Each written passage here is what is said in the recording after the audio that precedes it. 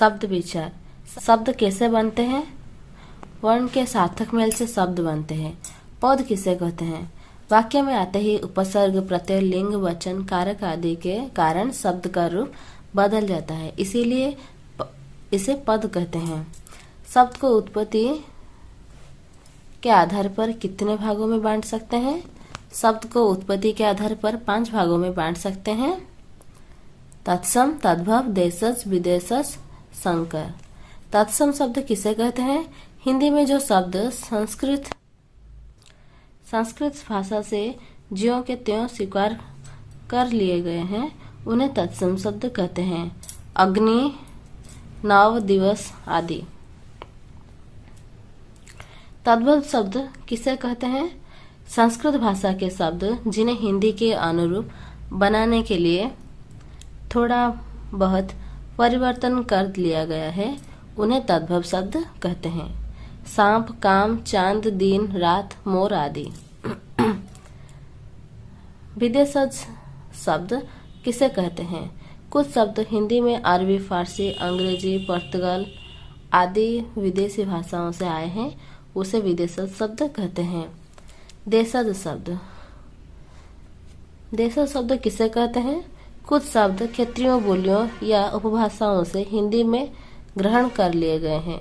ये प्रचलित शब्द आम बोलचाल की भाषा से हिंदी में आए हैं, इसीलिए इन्हें देशज शब्द कहते हैं, जैसे पगड़ी, डोरी, पेट, लोटा आदि।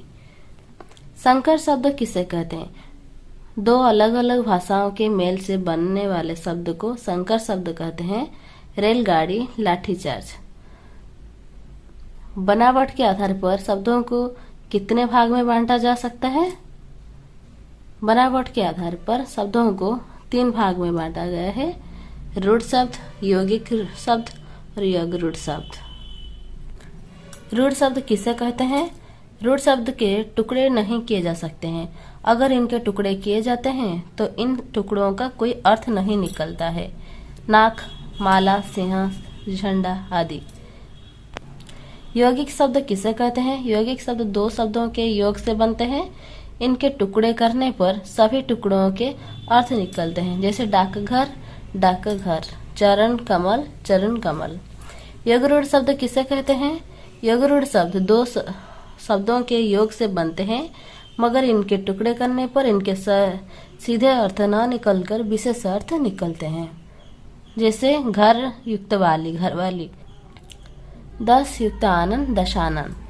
वाक्य में प्रयोग करने आधार पर शब्दों को कितने भाग में बांटा गया है?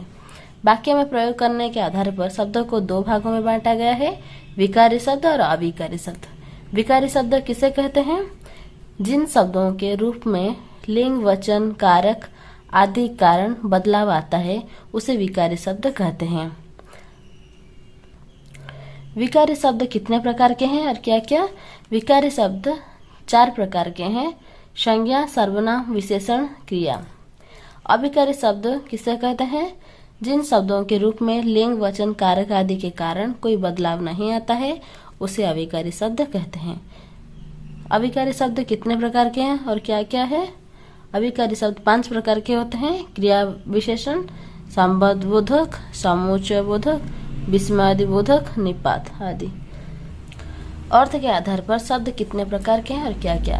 अर्थ के आधार पर शब्द 6 प्रकार के हैं। एकार्थी शब्द, अनेकार्थी शब्द, पर्यायवाची शब्द, विलोम शब्द,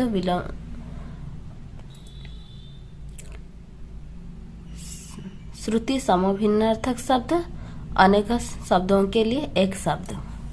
एकार्थी शब्द किसे कहते हैं? शब्द जिनका एक ही अर्थ होता है उसे एकार्थी शब्द कहते हैं। घर, दाल, भारत, गाय, गांव आदि।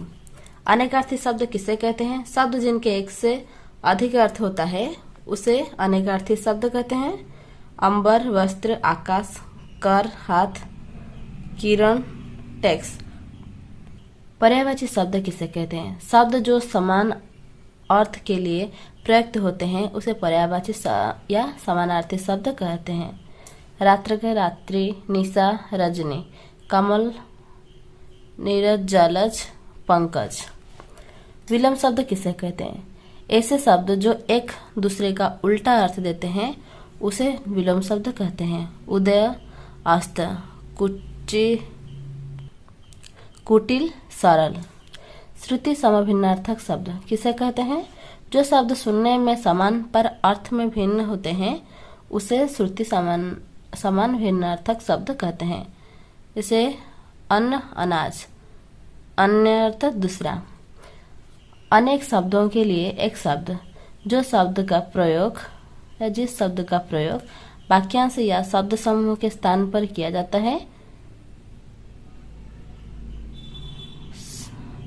सप्ताह में एक बार होने वाला साप्ताहिक होता है।